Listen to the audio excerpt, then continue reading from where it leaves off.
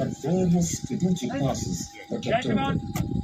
Cinchilla Pass, for the first time in the history of the country, was kept open till 31st December 2020, thus providing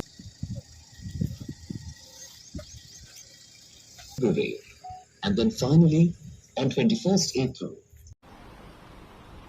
केंद्रीय मंत्री श्री किरण रिजिजू जी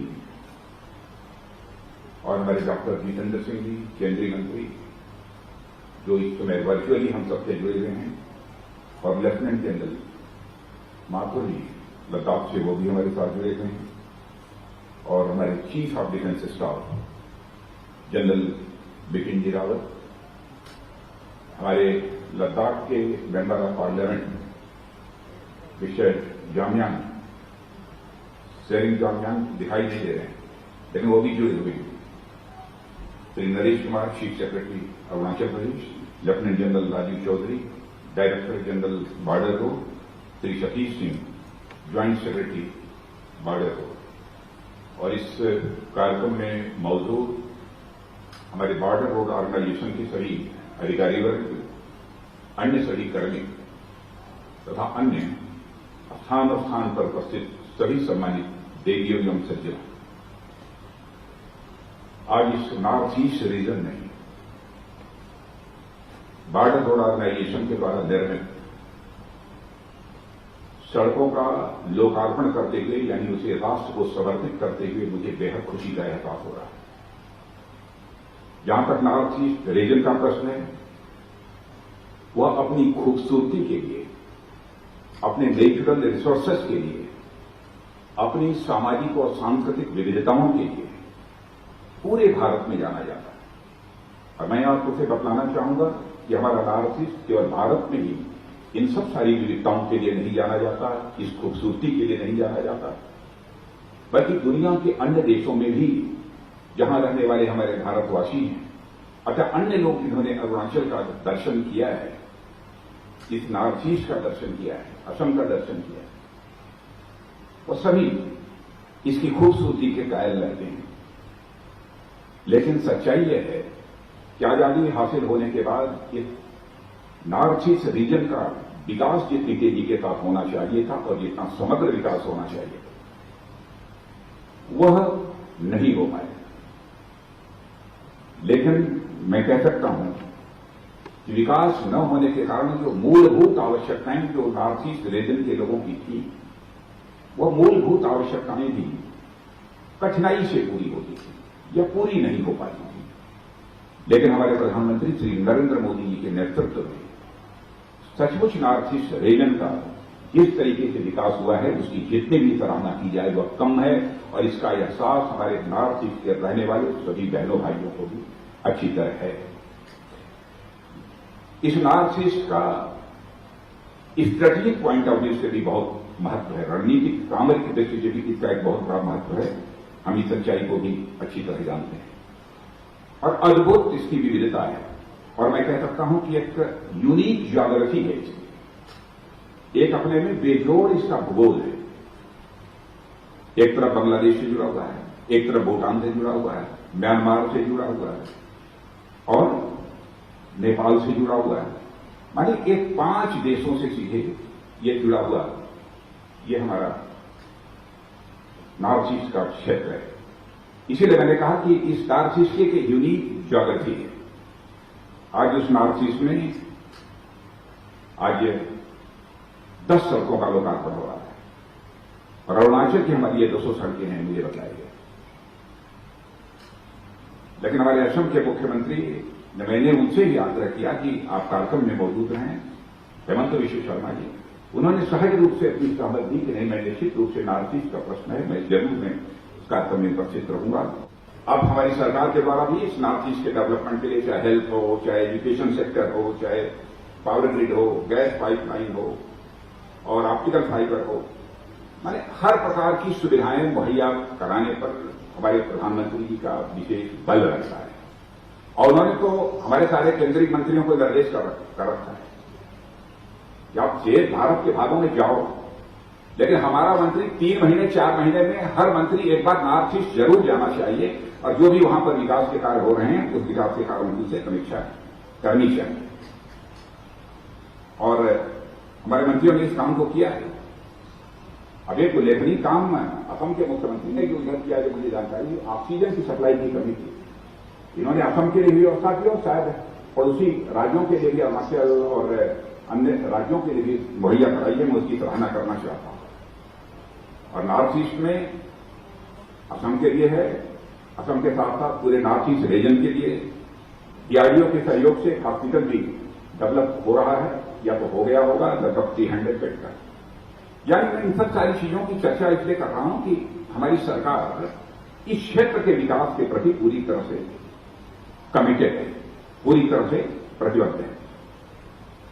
आज जब मैं यहां पर मैं आप सबके सामने अपने विचार व्यक्त कर रहा हूं, तो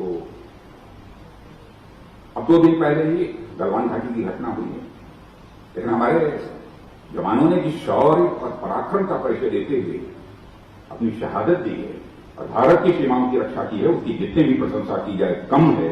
आज अपनी शहादत देने वाले ऐसे सारे वीर जवानों की स्मृति को मैं नमन करता हूं। मैं आज के अवसर पर इससे कुछ ज्यादा न कहते हुए मैं आज 12 प्रोजेक्ट्स जो बॉर्डर रोड ऑर्गेनाइजेशन ने तैयार किए हैं, आज इसे राष्ट्र को मैं समर्पित करता हूं और नेशनल इंटरेस्ट में राष्ट्रीय हितों को ध्यान में रखते हुए बॉर्डर रोड ऑर्गेनाइजेशन ने जो काम किया है उसकी तहे दिल पूरी प्रशंसा करते हुए मैं अपना निवेदन समाप्त करता हूं। आप सबको बहुत बहुत धन्यवाद।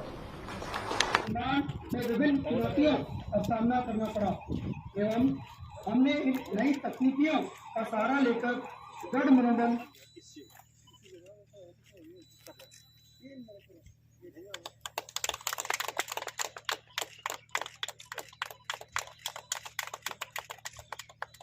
ये कठिन रास्तों को काट कर इतनी अच्छी सड़कों का निर्माण बीआरओ ने किया है। आप देख सकते हैं कि कन्वॉय का मूवमेंट आपको दिखाई दे रहा है। धीरे धीरे आए ऊपर approach road to Rohitpur and Shivaji Nagar, जो कि जंगल क्षेत्र में है। ये कन्वॉय का मूवमेंट आप देख सकते हैं। बीआरओ की कन्वॉय आप देख रहे हैं।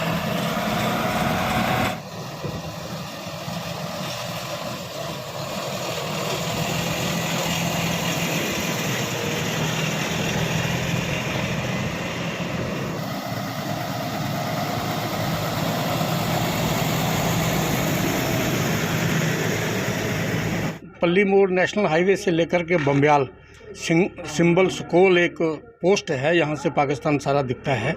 वहाँ तक कोई रोड, छोटा सा रोड था जो एक ट्रैक्टर रोड जिसको मान के चलें, ऐसा लाइक रोड था। ये 3.5 साल पहले डॉक्टर जितेंद्र सिंह जी का एक प्रोग्राम अंधड़ विकास मंच की ओर से जाखवट स्कूल में रखा गया था। वहाँ पे ये रोड की प्रॉब्लम सारी रखी गई। उसमें यही बीआरओ का रोड एक डॉक्टर साहब ने हमें विद इन मंथ सेंक्शन करा के दिल्ली से दे दिया था। उसी के अंतर्गत ये 47 करोड़ रुपए का लगभग रोड है जो बना है, जिसमें इक्वेशन भी है, ये बिजली के पोल वगैरह शिफ्ट करने का सारा इसी में है। फॉरेस्ट क्लियरेंस है, फॉरेस्ट के जो पेड़ कटे गए हैं पंजाब में, नगरी में, इसमें सारा है। तो इस रोड से लगभग अब मान के चलिए 101 गांव ऐसे हैं जिनको ये राहत मिली है। और लगभग 74 साल के बाद एक अच्छा नेशनल हाईवे के तरीके का रोड जो हमको दिया है, ये डॉक्टर जितेंद्र सिंह जी की देन है। उन्हीं की ये एक विकास पुरुष के नाते की जो पहचान है, उसी के नाते से हमें ये रोड मिला है। क्या देखते हैं कितना बड़ा लाभ जो है वो सीमांत क्षेत्र के लोगों को होगा, बॉर्डर जोन को? सबको मिलेगा, सबको मिलेगा। कोई ऐसा नहीं है कि किसी सीमांत क्षेत्र के लिए खास है। ये अर्बन के लिए वह नगरी एक म्यूनसिपल कमेटी है। नगरी आप देखते हैं उसके बीचों बीच से ये रोड जा रहा है, वहाँ म्यूनसिपल कमेटी है। यहाँ हाईवे है, हाईवे तो पहले ही था, लेकिन डिफेंस को होगा ही होगा, सिविलियन को बहुत सारा लाभ इस रोड से होगा, किसानों को भी होगा, मुलाजमों को भी होगा, मजदूरों को भी होगा, आम जनमानस को भी होने वाला है। बॉर्डर में दिक्कत आती थी पहले, अगर ये रोड नहीं, बहुत ज़्यादा दिक्कत। हमारा गांव यहाँ से है जाखवट, हम जानते हैं कि कैसे हम पल्ली मोड़ पहुँचते थे। सड़कों में खड्डे नहीं थे, खड्डों में सड़क थी। जो पिछले 60 साल की सड़क की दुर्दशा थी।